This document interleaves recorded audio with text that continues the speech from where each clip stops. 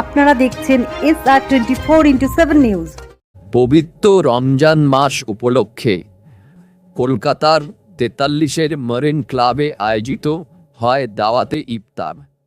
এই অনুষ্ঠানের মূল উদ্যোক্তা পৌরপিতা আনোয়ার খান, সহযোগিতায় ছিল ৮০ নম্বর ওয়ার্ড তৃণমূল কংগ্রেসের সকল কর্মী সমর্থক।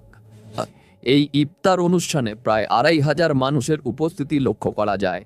ধর্ম বর্ণ নির্বিশেষে বহু মানুষ এই ইফতারে অংশগ্রহণ করেন, যা এলাকায় সম্প্রীতি ও ঐক্যের এক সুন্দর বার্তা তুলে ধরে। অনুষ্ঠানটি সৌহার্দ্য, ভ্রাতৃত্ব ও মিলনের পরিবেশে সম্পন্ন হয় এবং উপস্থিত সকলের মধ্যে রমজানের শুভেচ্ছা বিনিময়ের মাধ্যমে এক আন্তরিক আবহ সৃষ্টি হয়। এটা আমার উদ্যোগ না, এইখানকার মানুষ যারা আছে, এইখানকার মানে এলাকায় পোর্ট বন্দরে ৮০ নম্বর ওয়ার্ডে যারা কর্মজীবী নিয়ে চলছে তারা আছে, তাদের পার্টিসিপেট আছে, আমাদের কর্মীরা আছে, সবাই মিলে আমরা ঐক্যবদ্ধ হয়ে এই প্রোগ্রামটা করি। নাম থাকে ৮০ নম্বর ব্লক তৃণমূল কংগ্রেস ওয়ার্কার্স, কিন্তু সবার সমর্থনে এখানে কোনো জাতীয় ধর্মের কোনো অভিলাষা লালসা কিছু থাকে না। সবাই মিলে মিলিতভাবে এখানে আমরা এই পবিত্র রমজানে ইফতার পার্টি প্রোগ্রাম করি। তার মধ্যে আমার মনে হয় ১,০০০-২,৫০০ মতন লোক আজকে আমাদের এখানে পার্টিসিপেট করতে পেরেছে। আপনারা মানুষকে দেখেছেন, এখানে 4 পার্টে আমরা মানুষকে বসাতে পেরেছি।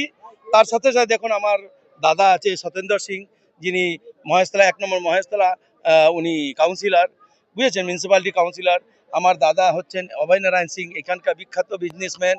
এখানে আমার হচ্ছে মনোজ আরবি তিওয়ারি, ইনি হচ্ছেন বিখ্যাত বিজনেসম্যান। এখানে শ্রীকান্ত যাদব এক্স এমএলএ আছে, আর টিএন বাবু ছেলে রাঘবেন্দ্র প্রতাপ সিং আছে, সঞ্জয় সিং আছে, অনিল সিং আছে, পপ্পু সিং আছে, পিঙ্কু মুখার্জি আছে, জলেশ্বর সিং আছে, কৃষ্ণা সাউ আছে, অনেক লোক, হাজার হাজার লোক এখানে, মুকেশ এসছে, আমার ভাইপো, এখানে সবাই। আমরা এই যে প্রোগ্রাম অনুষ্ঠানটা করি তার মধ্যে কেউ এইটা বলতে পারবে না কি কারা হিন্দু আছে আর কারা মুসলমান আছে।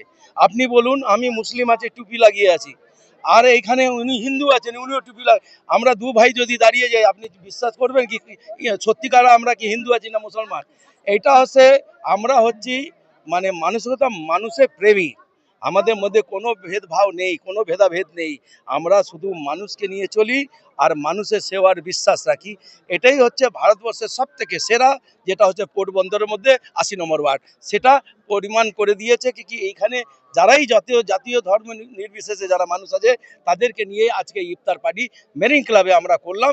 তাই হাজার হাজার কাতারে কাতারে মানুষ এসে তাকে সমর্থন দিয়ে ইফতার করেছে। ব্যানার্জি জিতে গেছে ওইখানে, আর এখানে প্রশ্ন ওঠে না কিছু বলা, ও তো উনি আগে থেকে জিতে গেছেন, এখানে তো কিছু নেই।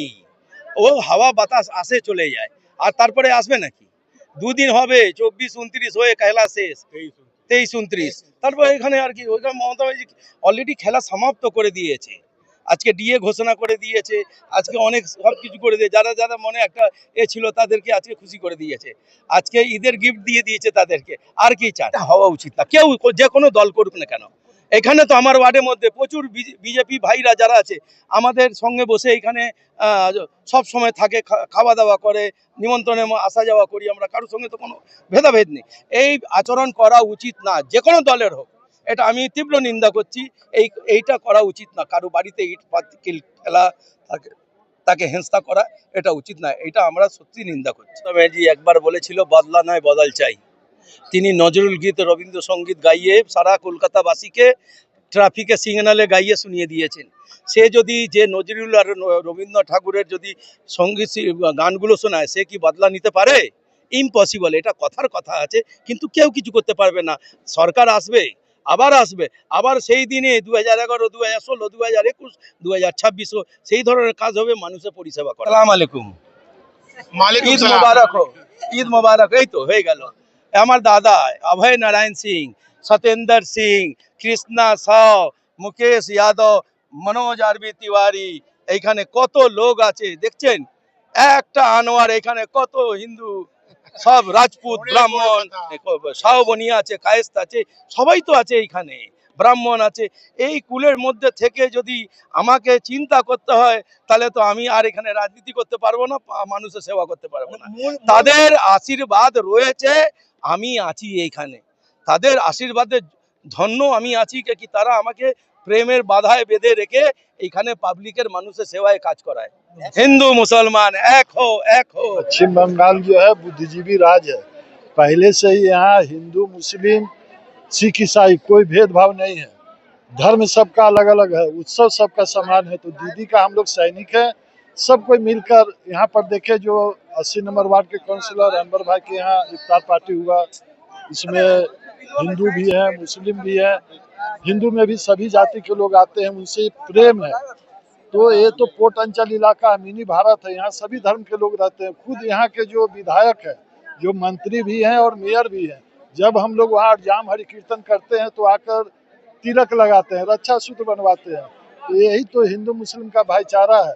पहले भी पोर्ट इलाका में था, अभी भी आगे भी रहेगा। देखिए, आज कोई नई बात नहीं है। अनवर खान साहब एक बड़े ब्रांड है और अल्हम्दुलिल्लाह इस पूरे अंचल में हर प्रोग्राम उनका बड़ा होता है, चाहे सोशल प्रोग्राम हो।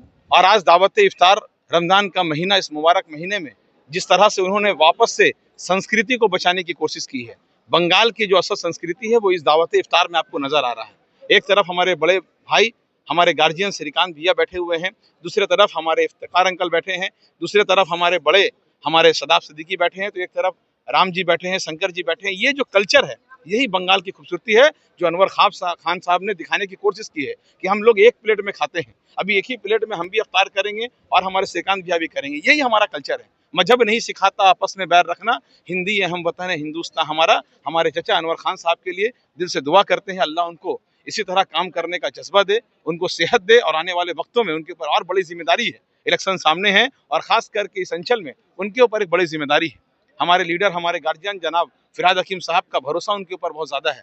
तो इस बार हम लोग सभी मिलकर के जिस तरह का वो काम करते हैं, अनवर खान साहब के हाथ को मजबूत करने को हम लोग ज़्यादा से ज़्यादा बॉबी हकीम साहब को वोट देकर के कामयाब करेंगे। ईद का शुभ अवसर आने वाला है, 2-4 दिन ही बचे हुए हैं बस। सबकी ज़िंदगी में खुशियाँ आए, हम सब एक रहें, सबकी ज़िंदगी मंगल रहे और हम सब एक साथ होकर के एक थाली में खाएंगे। जो हमारा भारत है वो भारत ही रहेगा। अफसोस की बात है, अफसोस की बात है कि इतना बड़ा मीटिंग करने के बावजूद भी हमारे आदरणीय प्रधानमंत्री जी को माइलेज नहीं मिल रहा था।